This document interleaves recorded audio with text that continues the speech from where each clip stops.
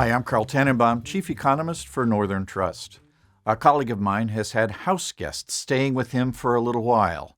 Friends of his are having their home remodeled, and upgrades to plumbing have left it temporarily uninhabitable. No matter how close a friendship is, living in close quarters can test it. Different schedules, different diets, and different standards for cleanliness are all potential flashpoints.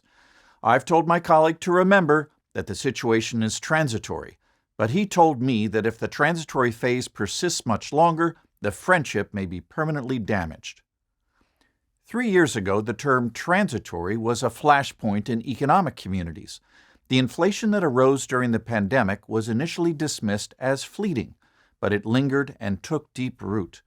Acknowledging this, Fed Chairman Jay Powell retired the term transitory late in 2021 and began a tightening campaign a few months later. Inflation began to recede almost immediately, creating cause and effect optics for monetary policy. But that correlation may not reflect causation. The economist and columnist Paul Krugman has suggested that the path of inflation can be described as long transitory. In his view, pandemic shocks to supply chains and labor markets were not permanent, but took a long time to heal. Krugman's thesis is that inflation has cooled naturally, not as a result of higher interest rates. The data seem to bear him out.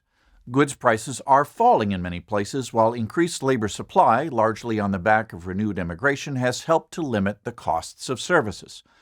While we are watching the impact of shipping attacks in the Red Sea, we do not expect them to pressure prices the way that logistic disruptions did during the pandemic.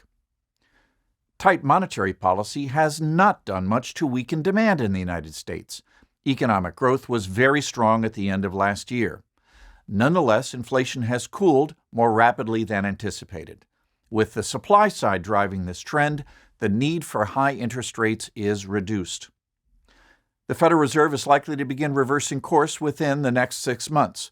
Markets are expecting the first move from the Fed in June, a considerable recalibration from earlier this year. Timing the inflection has not been easy, data hasn't been entirely clear, and opinions are split. My colleague is hoping that his temporary tenants transition as soon as possible. One Sunday, his guests allowed a baked dish to catch on fire, ruining his oven. When the firefighters arrived, he asked if they had any spare beds.